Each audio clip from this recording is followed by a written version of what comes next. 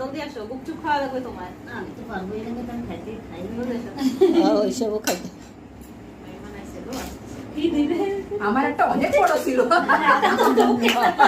আবার টুকরাটাও ঢুকেছি, টুকরাটাও ঢুকেছি। হ্যাঁ, দুই। আমিও খাইতে পারি না। উনিশ কিন্তু হ্যাঁ, দুই স্বাদই হয়েছে। আরে ফটাফট কর, এত স্লো করলে। নাও স্লোই খাচ্ছে।